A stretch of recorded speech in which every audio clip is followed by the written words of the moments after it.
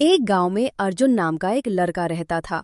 अर्जुन पढ़ाई में बहुत होशियार था और सब उसकी बुद्धि और तेज दिमाग की तारीफ करते थे। लेकिन अर्जुन की एक बड़ी कमजोरी थी।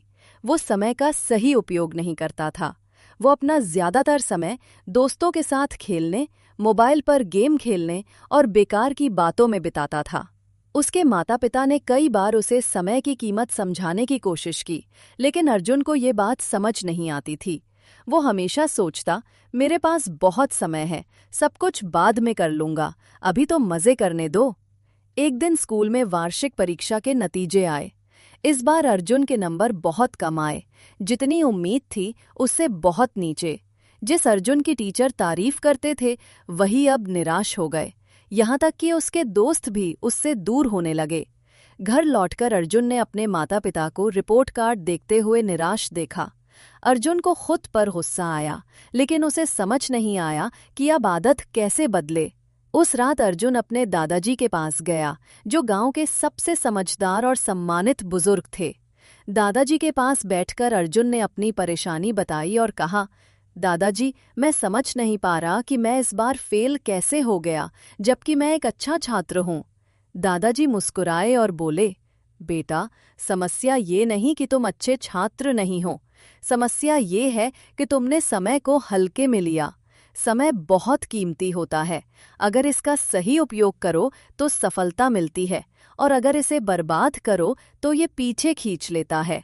अर्जुन ने हैरानी से पूछा, लेकिन दादाजी, समय तो हमेशा होता है ना, मैं बाद में भी सब कर सकता हूँ।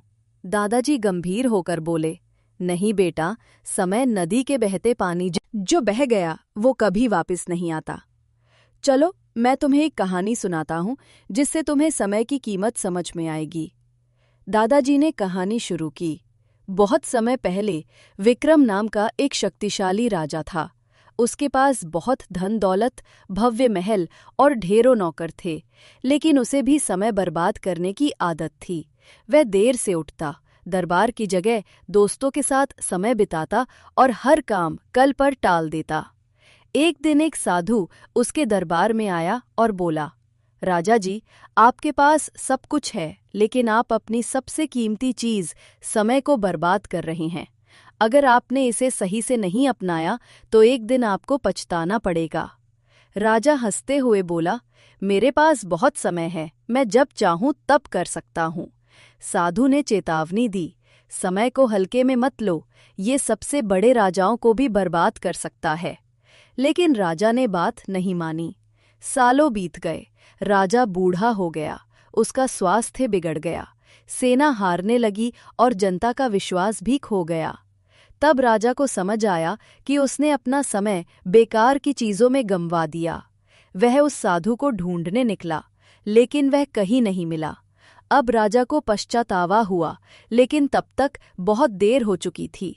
उसने समझा कि असली खजाना तो समय है। ये कहानी सुनकर अर्जुन सोच में पड़ गया। उसे पहली बार महसूस हुआ कि उसने कितना कीमती समय बर्बाद कर दिया। उसने पूछा, दादाजी, क्या मैं अब भी अपना जीवन बदल सकता हूँ? दादाजी मुस्कुराकर बोले, बिल्कुल बेटा, समय का चक्कर कभी रुकता नहीं। अगर आज से तुम समय का सही उपयोग करना शुरू करो तो तुम्हें सफल होने से कोई नहीं रोक सकता।